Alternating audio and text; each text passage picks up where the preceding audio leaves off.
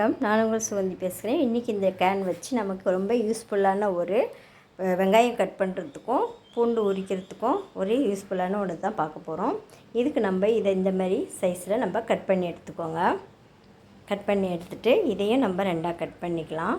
அதாவது நமக்கு அந்த 3 விரல் இல்லை 4 விரல் போகிற அளவுக்கு அளந்துக்கிட்டு கட் பண்ணிவிட்டு இந்த முனையெல்லாம் மடித்து விட்டுக்கோங்க.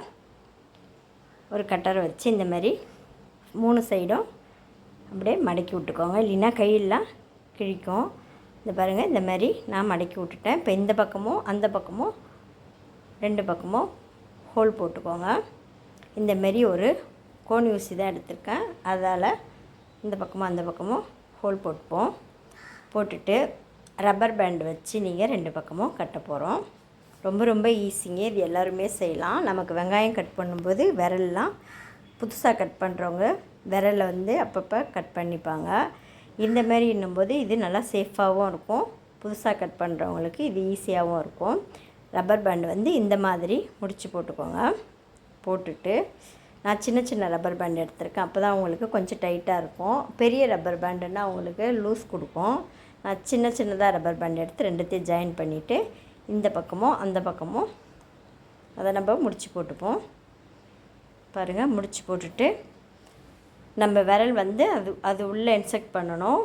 அதனால் நம்ம அந்த பக்கம் ரப்பர் பேண்ட் கொஞ்சம் அந்த இது வளையிற அளவுக்கு இருக்கணும். அந்த அளவுக்கு நீங்கள் இதை முடிச்சு போட்டு இது பாருங்கள், இந்தமாரி இந்த வளைவு ஷேப்பாக இருக்குது பாருங்கள். இந்தமாரி இருந்தால் தான் உங்களுக்கு இதாக இருக்கும். இந்த 3 பக்கம் மடக்கின பக்கம் மேல் பக்கம் இருக்கட்டும். கீழே இந்த வெங்காயத்தை விரலால் இப்படி பிடிச்சிக்கோங்க.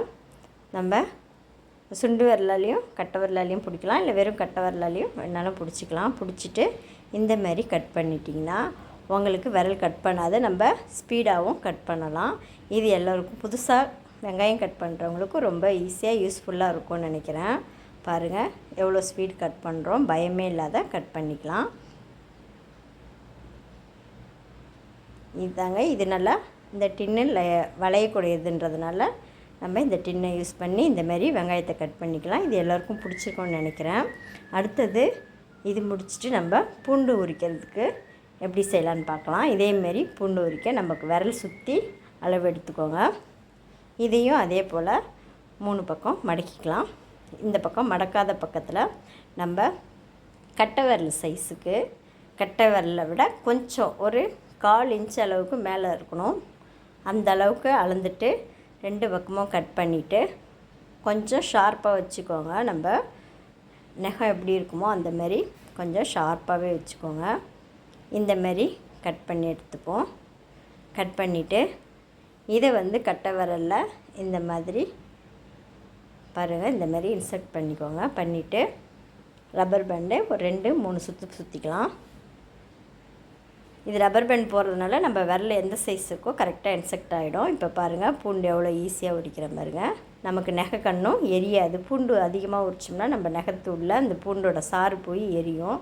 இப்போ இந்தமாரி உரிக்கிறதுனால நம்ம எவ்வளோ வேணாலும் உரிக்கலாம்.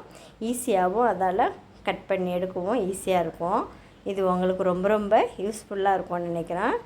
பாருங்கள், செய்யறதுக்கும் ரொம்ப ஈஸியானது, யூஸ் பண்ணவும் ஈஸியாக இருக்கும். கொஞ்சம் சேஃபாக அந்த முனையை மட்டும் மடக்கி வச்சுக்கோங்க.